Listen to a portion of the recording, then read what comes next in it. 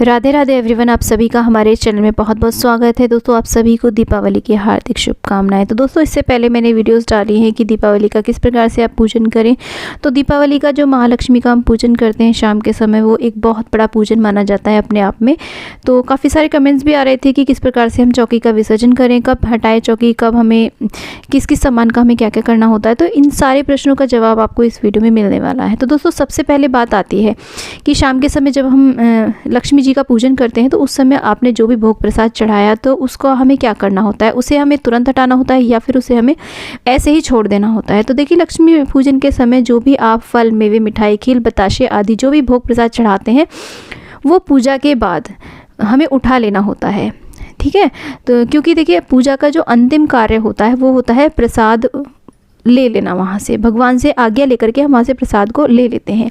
तो उसे वहाँ पर हमें बहुत ज़्यादा समय के लिए नहीं छोड़ना चाहिए। तो पूजा के संपूर्ण होने के बाद में थोड़ी देर बाद में आप उस प्रसाद को हटा सकते हैं। लेकिन एक कटोरी में आपको थोड़ा सा प्रसाद और जल, एक लोटे में आप जल ज़रूर रखें, क्योंकि ऐसा माना जाता है शास्त्रों में कि रात के समय माता लक्ष्मी विचरण करती हैं। तो जब वो हमारे घर आएंगी तो उनको भोग प्रसाद कुछ भी नहीं मिलेगा। तो इसलिए आपको थोड़ा सा भोग प्रसाद, चाहे वो खील बताशे आप रख दें, और एक जल का लोटा भर करके अवश्य रूप से आप रखें माता महालक्ष्मी के लिए। इसके अलावा जो भी भोग प्रसाद है उसे आप सभी अपने परिवार के जनों के साथ, इसमें एक विशेष बात ये भी है कि देखिए, महालक्ष्मी का जो पूजन होता है वो हम घर में सुख समृद्धि लाने के लिए करते हैं। तो इसमें जो भी भोग प्रसाद चढ़ाएंगे उसे आपको परिवार सहित, अपने जो घर परिवार वाले उनके सहित ही ग्रहण करना है। इसको बाहर नहीं वितरित करना होता है जो भी भोग प्रसाद हम चढ़ाते हैं। इसके अलावा दीपावली पर आप जो भी मिठाइयाँ वगैरह वितरित करते हैं वो आप अलग से वितरित कर सकते हैं, अलग से बांट सकते हैं, खील बताशे बांट सकते हैं। लेकिन जो हम माता लक्ष्मी को अर्पित करते हैं वो भोग प्रसाद परिवार के सदस्यों को ही ग्रहण करना चाहिए। इसके अलावा जो भी आपके ब्लड रिलेशन में हैं, जो भी रक्त संबंध हैं आपके, उनको भी आप दे सकते हैं। परंतु उचित यही रहता है कि लक्ष्मी के पूजन में जो भी आप भोग प्रसाद चढ़ाते हैं उसे आप लोग ही ग्रहण करें, उसे बाहर बिल्कुल भी वितरित ना करें। दोस्तों, एक बात मैं आपको यहाँ पर और बता दूँ कि कुछ भक्तजन धनतेरस के दिन इस चौकी की स्थापना करते हैं और भाई दूज से अगले दिन इस चौकी का विसर्जन करते हैं। यानी कि पूरे 5 दिन के लिए इस कलश की स्थापना करते हैं और यहीं पर सभी देवी देवताओं का पूजन करते हैं, जैसे कि महालक्ष्मी जी का, कुबेर जी का, गणेश जी का, धन्वंतरी जी का, सभी का इसी चौकी पर पूजन करते रहते हैं बारी बारी से। और इसके बाद में भाई दूज से अगले दिन इसका विसर्जन करते हैं। और कोई भक्तजन इसे दीपावली की शाम को इसका स्थापना करते हैं और दीपावली से अगले दिन यानी कि गोवर्धन की सुबह को इसका विसर्जन कर देते हैं। तो जैसी आपकी इच्छा हो, जैसा आपका सामर्थ्य हो, संकल्प हो, आप वैसा कर सकते हैं। विसर्जन की विधि सेम ही रहेगी, जैसा भी आप करना चाहें। तो अब बात कर लेते हैं विसर्जन हमें कैसे करना है। तो रात्रि के पूजन के बाद आपको चौकी ऐसे ही छोड़ देनी होती है और रात में माता महालक्ष्मी के सामने आपको एक दीपक अखंड अवश्य रूप से जलाना चाहिए, जो कि पूरी रात्रि जलता रहे। दीपक आप घी का जला सकते हैं, तिल के तेल का जला सकते हैं, या सरसों के तेल का भी आप जला सकते हैं।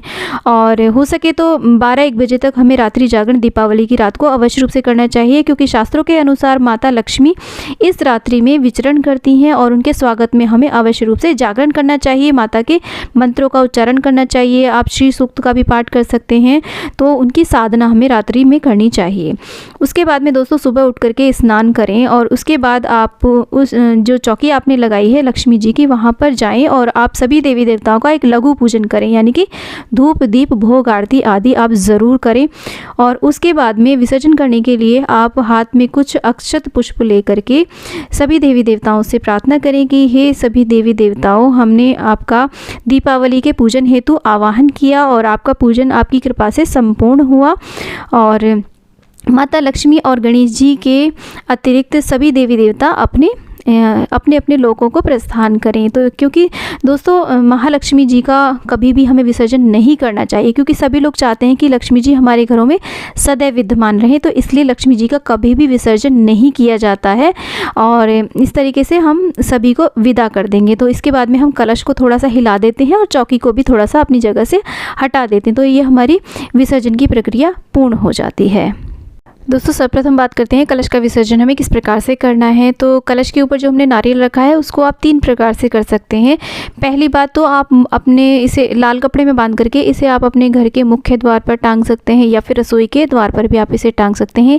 इसे लक्ष्मी रूप मान करके आप 1 साल तक टंगा रहने दें, फिर नेक्स्ट ईयर इसे विसर्जित कर दें और नेक्स्ट ईयर के नारियल को आप इस तरीके से लाल कपड़े में फिर से बांध करके टांग सकते हैं। इसके अलावा आप चाहें तो इसे विसर्जित भी कर सकते हैं और आप चाहें तो इस नारियल को बघार करके परिवार सहित प्रसाद के रूप में भी ग्रहण कर सकते हैं। तो जो भी आपको तरीका उचित लगता हो वो आप कर सकते हैं। इसके बाद में जो भी आपने पूर्ण पात्र रखा है उसके अंदर जो भी चावल हैं उन चावलों को आपको अपने भंडार के जो चावल हैं उनमें ज़रूर मिलाना चाहिए। इससे माता महालक्ष्मी की कृपा से आपके भंडारे सदैव भरे रहते हैं। कलश के नीचे जो चावल रखे हैं, नवग्रह जो बनाए हैं उसके चावल, षोडश मातृकाओं के चावल जो भी आपने रखे हैं उनको आप पक्षी आदि को डाल दें। यदि पक्षी आदि नहीं मिल पाते हैं, नहीं आ पाते हैं तो आप गौ माता को भी डाल सकते हैं या फिर किसी ज़रूरतमंद को भी आप इसे दे सकते हैं। इसके बाद में कलश के जो पत्ते हैं उन्हें आप अन्य फूल पत्तियों के साथ में विसर्जित कर सकते हैं। दोस्तों लक्ष्मी पूजन का जो विसर्जन है आप ज़्यादा से ज़्यादा आपको घर में ही करना चाहिए, यानी कि ये जो पत्तियां हैं, फूल पत्तियां हैं, कलश के पत्ते हैं और जो भी चीज़ें हैं, यदि आप नारियल का भी विसर्जन कर रहे हैं, जो भी चीज़ आपको बाहर डालनी पड़ रही है उसको आप कहीं भी बाहर ना डालें।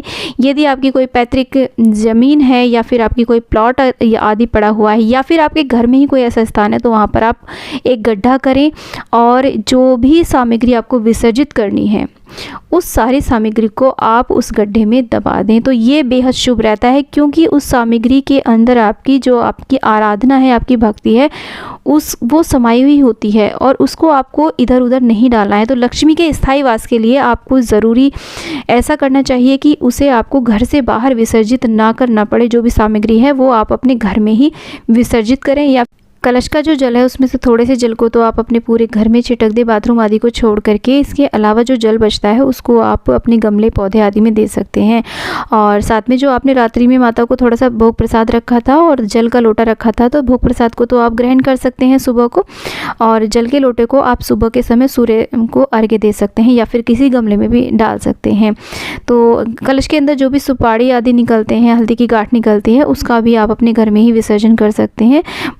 बहुत ही जल्दी से वो खाद में परिवर्तित हो जाती हैं। इसके बाद में जो आपने सुपारी आदि नवग्रह की स्थापना में रखी थी, पान आदि किया है अर्पित, तो उसका भी आप विसर्जन कर दें। और आपने जनेऊ आदि चढ़ाया है तो यदि आपके घर में कोई जनेऊ पहनता है तो आप उसे यूज़ कर सकते हैं, नहीं तो आप इसे ब्राह्मण को भी दान दे सकते हैं। और इसके बाद आपने जो सिक्के चढ़ाए हैं नवग्रह आदि पर उनको भी आप दान दे सकते हैं और दक्षिणा आदि भी चढ़ाई है तो उसको भी आप ज़रूर किसी भी ज़रूरतमंद को या ब्राह्मण आदि को दान कर सकते हैं।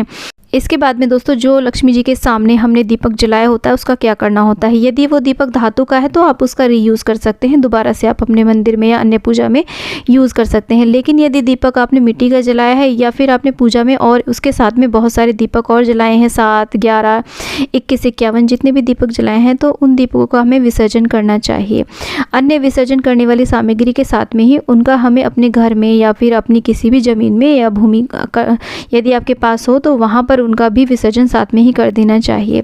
इसके बाद में हमें मूर्ति का क्या करना होता है। यदि आपने पूजा में किसी भी धातु की मूर्ति रखी है, सोना चांदी या फिर पीतल की रखी है, तो उनका हमें विसर्जन नहीं करना होता है। साथ ही तस्वीर का भी हमें विसर्जन नहीं करना होता है।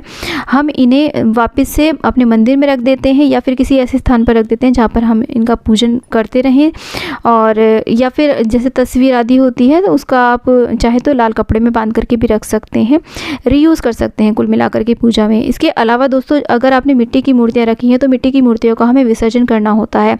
लेकिन विसर्जन करते समय हमें ध्यान में ये रखना होता है कि विसर्जन कभी भी नई मूर्तियों का हमें नहीं करना होता है। जो पिछले वर्ष की पुरानी मूर्तियाँ होती हैं उनको हम रिप्लेस कर देते हैं नई मूर्तियों से, यानी कि नई मूर्तियों को वापस से अपने मंदिर में रख देते हैं या पूजा स्थल पर रख देते हैं या और उसके अलावा उसके बदले में हम जो हमारी पुरानी मूर्तियाँ होती हैं उनका हमें विसर्जन करना होता है। क्योंकि दोस्तों शास्त्रों के अनुसार कभी भी जिस लक्ष्मी की पूजा हमने अभी अभी करी हो उनका हमें कभी भी विसर्जन नहीं करना होता है। तो कम से कम 1 वर्ष तक हमें उन्हें अपने घर में अवश्य रूप से रखना होता है, उसके बाद ही हमें उनका विसर्जन करना होता है। तो इसके बाद में दोस्तों जो धनिया आपने माता रानी को अर्पित करा था, तो उस धनिया को आप अपने किचन के धनिया में मिला लें और कुछ दाने आप अपने गमले क्यारी में ज़रूर रोप दें, क्योंकि जैसा धनिया वो उगता है उसके ग्रोथ पर ही आने वाले दिनों का अंदाज़ा लगाया जाता है। इसके बाद में जो आपने सप्तधान रखे हैं या फिर अष्टधान रखे हैं, उनको भी आप अपने किचन के धान आदि में मिला सकते हैं और उनका भी आप भोग प्रसाद के रूप में उनको भी आप खा सकते हैं। इसके साथ ही साथ जो हल्दी की गांठें आपने चढ़ाई हैं माता रानी को, उसको भी आप अपने किचन की हल्दी में मिला सकते हैं। उसको भी आप पिसवा करके हल्दी में मिक्स करके एज ए भोग प्रसाद इसे ग्रहण कर सकते हैं। इसके अलावा दोस्तों कौड़ी, गोमती चक्र, कमलगट्टे और इसके जो भी आपने चीज़ें माता रानी को अर्पित करी हैं, कमलगट्टे की माला अर्पित करी है, कुबेर पोटली आदि रखी है पूजा में, तो उसे पूजा से उठा करके आप किसी विशेष स्थान पे अवश्य रूप से रख लें, चाहे तो पूजा में भी रख सकते हैं। ये बहुत ही ज़्यादा शुभ रहती हैं घर के लिए। इनका हमें विसर्जन नहीं करना होता है। इसके बाद में दोस्तों जो लाल पीला कोई भी वस्त्र आपने बिछाया है पूजा में, इसका आप रीयूज़ कर सकते हैं किसी अन्य पूजा में भी, तो उसे भी आप उठा करके रख लें। और इसके बाद में दोस्तों श्रृंगार की सामग्री का क्या करना होता है, तो जो भी श्रृंगार की सामग्री लक्ष्मी माता को दीपावली की रात में अर्पित की जाती है, उसका जो यूज़ करना होता है वो घर की जो लक्ष्मी होती है उस सुहागिन स्त्री को ही यूज़ करना चाहिए। इसको हमें बाहर किसी को भी नहीं देना चाहिए। यदि आप बहुत ज़्यादा सामग्री है आप देना ही चाहते हैं तो किसी ब्लड रिलेशन में ही आप दे सकते हैं, बाकी अन्य किसी को भी इस सुहाग को नहीं देना चाहिए। देखिए सभी पूजाओं में हम सुहाग की सामग्री को दान करते हैं, लेकिन ये जो सुहाग की सामग्री है इसका यूज़ घर की लक्ष्मी को ही करना चाहिए, तो यही शुभ माना जाता है। तो दोस्तों इस प्रकार से मैंने लक्ष्मी जी के पूजन की, दीपावली की रात को जो पूजन किया जाता है उसकी चौकी का किस प्रकार से हमें विसर्जन करना होता है वो सारी विधि आपके साथ शेयर करी है। बहुत ही डिटेल में सारी जानकारी दी है दोस्तों। यदि आपको ये जानकारी पसंद आई है तो वीडियो को लाइक करें, चैनल को ज़रूर सब्सक्राइब करें इसी प्रकार की ज्ञानवर्धक वीडियोस पाने के लिए, और बेल आइकन को ज़रूर दबाएं ताकि मेरी आने वाली वीडियोस की नोटिफिकेशन आपको टाइम से मिलती रहे। तो दोस्तों आज के लिए इतना ही। लक्ष्मी माता की कृपा आप पर सदैव बनी रहे, इसी आशा के साथ विदा लेती हूँ दोस्तों। आज के लिए इतना ही। जय लक्ष्मी माँ। राधे राधे।